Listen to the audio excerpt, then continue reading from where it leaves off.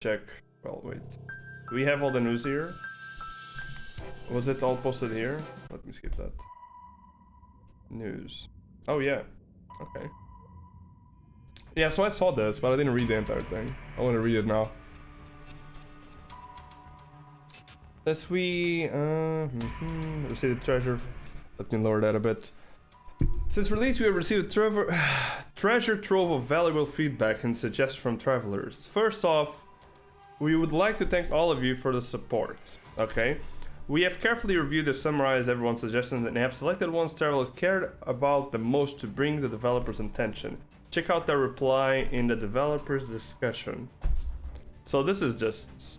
I don't think this is good at all. Well, this is not bad, actually. Wait.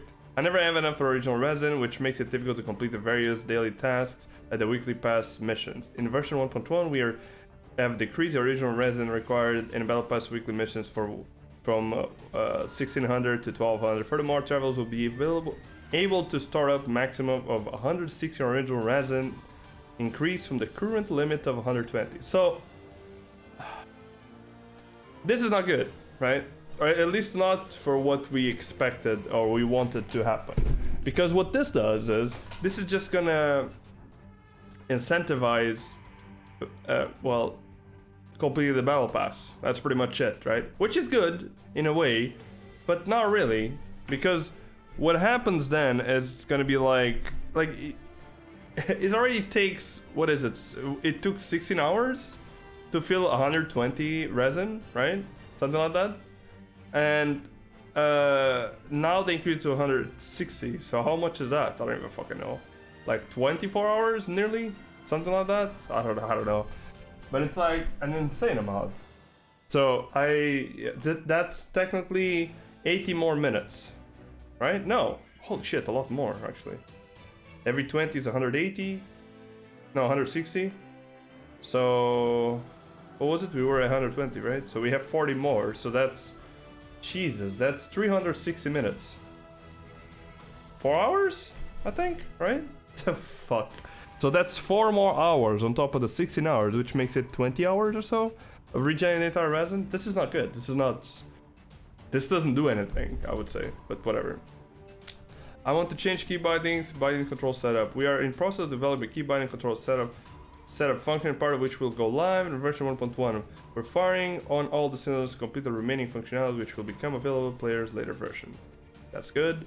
I wish there were more ways to filter artifacts. In version 1.1, we added the new filters for artifacts based on their basic attributes. Now travelers will be able to easily filter the artifacts. I hope that when they're saying this will be also somehow show on enhancing, because I think that's a bigger issue than anything else, right?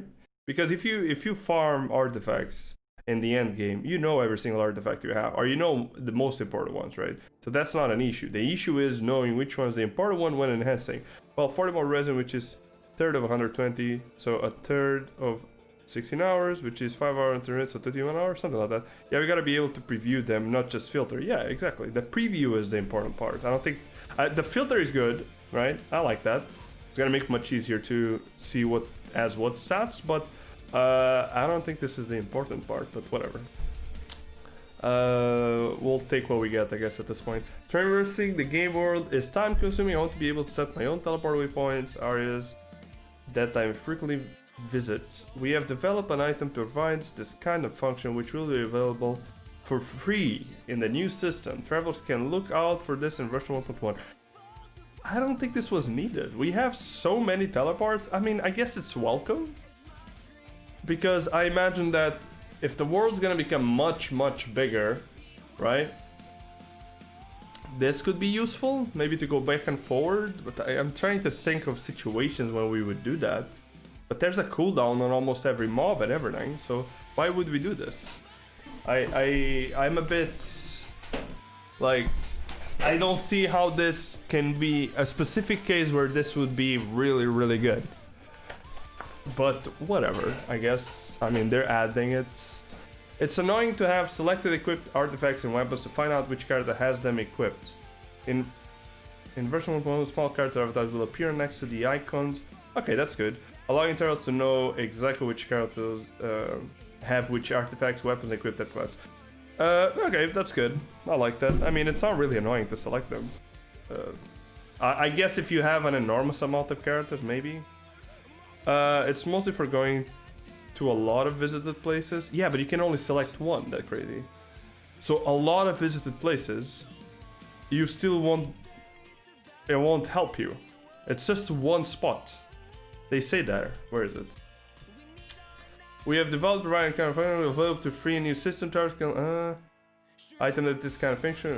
World time consuming. We'll be able to make my own waypoints, areas that I frequently visit. This, it will help a bit. I don't know. Nah. Whatever. What up, Shiro? How you doing, Shiro? You doing good? Should I increase this? Because I feel like you guys maybe can see.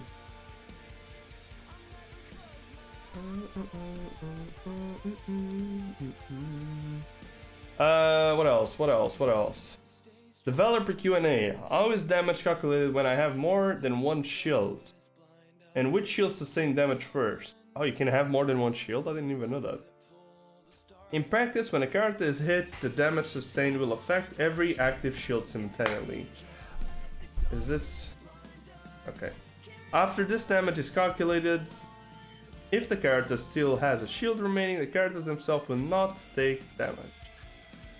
Okay. Let's say you're using characters Beidou with both our Tide Collar active at 100 and Noel's Breastplate at 20. If the monster deals 10 damage to Beidou, Tide Collar now has 90, remaining and Breastplate has 10. Beidou does not take damage. But that's bad. Right? It's technically doing 20 damage. So there's no point on stacking shields. Because it's shared for both. It's hitting each one individually instead of summing it up and giving you the result. But it's better than nothing, but it's not needed that crazy. That's the way that you have to see this change is that crazy is when something that is not needed is added, it's the same thing as not adding anything at all. Sure, I can see maybe that being useful, but it's not a thing that is needed. I don't think, at least. Alright. Alternative, the monster deals 50 damage to Beidou. Tide Collar now has 50 remaining, where Breastplate has been exhausted and destroyed. Beidou does not take damage. If the monster deals 110 damage to Beidou, both shields are exhausted and destroyed, which Beidou takes excess 10 damage. Okay. Yeah, so it doesn't matter if you have two shields. If you have two different shields, doesn't matter. Fine, if you don't need it, then don't use it. Well, if I'm gonna have it, I'm gonna use it. I got a schedule to university, so yeah, I'm doing good. Fuck yeah, Shiro. That's good. That's the start of a long journey, Shiro. I wish you good luck, my friend. It's only the start. Getting in is just the first step. Getting out is the hard part. With a degree, I mean. Please note, the above example does not take into account damage reduction or absorption effect enhancements of any kind. Okay. So what's the thinking behind this? Let's invite one of our developers to give us a lowdown on the thought process behind the shield design. Using elemental interactions during combat in Genshin impact fundamental combat strategy. So this is something I really like. And I find it really cool, but at the same time frustrating. That this is clear. If you do Abyss, or if you do domains at least at high level, you will notice that if you do not use, like for example, the domain we were doing yesterday with, I was doing with Tsunade, I think Lei, and that crazy, I think, right? We were doing that, and because we were lacking, or with Kevin, sorry, and we were lacking the element, the dungeon became so fucking hard. Even to the point where we lost, right? And we're like Tsunade's very well geared, like I'm decently geared, like all of us are okay geared, right?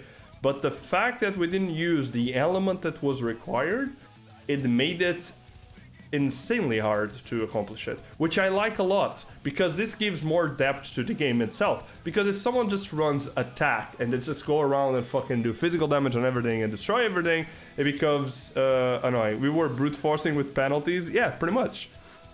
So this is good. I think that this is one of the key factors why this game is entertaining, because I keep saying it makes you think, but it's like it makes you adapt to the situation, which is something I feel like a lot of PvE games lack.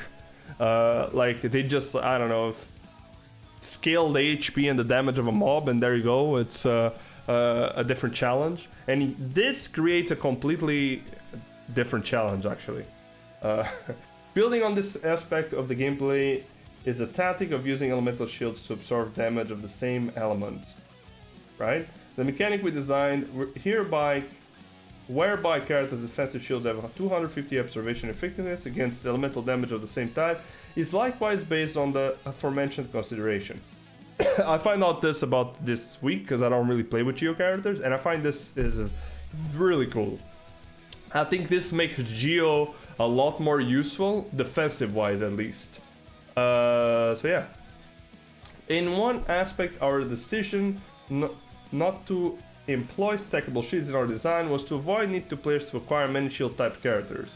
This would also have had a negative effect on diverse party tactics that we were hoping to see. Of course, retaining one or two types of the elemental shields is also perfectly valid strategy against complex elemental damage, and this can also be achieved rather easily through the crystallized reaction. Well, that marks the end of this is not really a discussion, this is just like an insight into the development of one of the features of the game, which okay, sure, okay, this is okay. It's good to see this kind of stuff because maybe in the future, you know, we can reference to this if we're interested.